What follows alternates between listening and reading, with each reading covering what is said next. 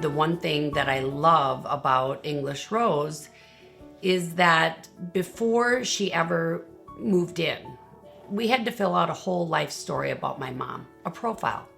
What is she like? Where is she from? What was her childhood like? Where did she go to college? What are her interests? I wrote out a whole history of my mom's experiences, her professional experiences, her family relationships, so that the staff had context and content to help her feel comfortable or redirect if she was feeling uncomfortable in certain situations. They really take what you tell them about your parent or loved one and they put it into practice.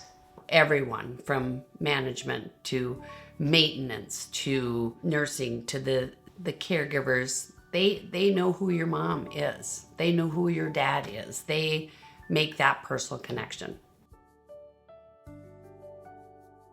What has amazed me as my mother has been there and is making transitions toward the end of her life is staff is bringing me along in that journey because I've never been down that path.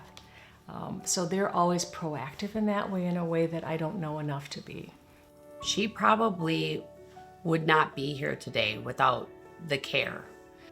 The medical staff that they bring in to care for the residents, they're in tune to what's going on with her, and they've picked up some things that probably wouldn't have been picked up at her other facility that she was living at.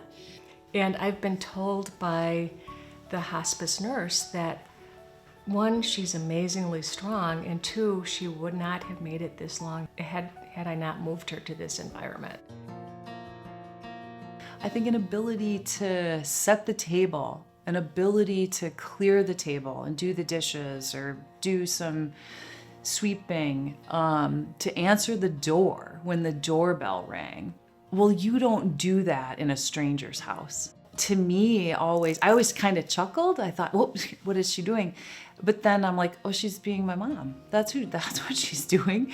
And, so she let her go answer the door. It was fantastic. And I think that was probably the biggest indicator to me that her mental health was and wellness was as good as could be.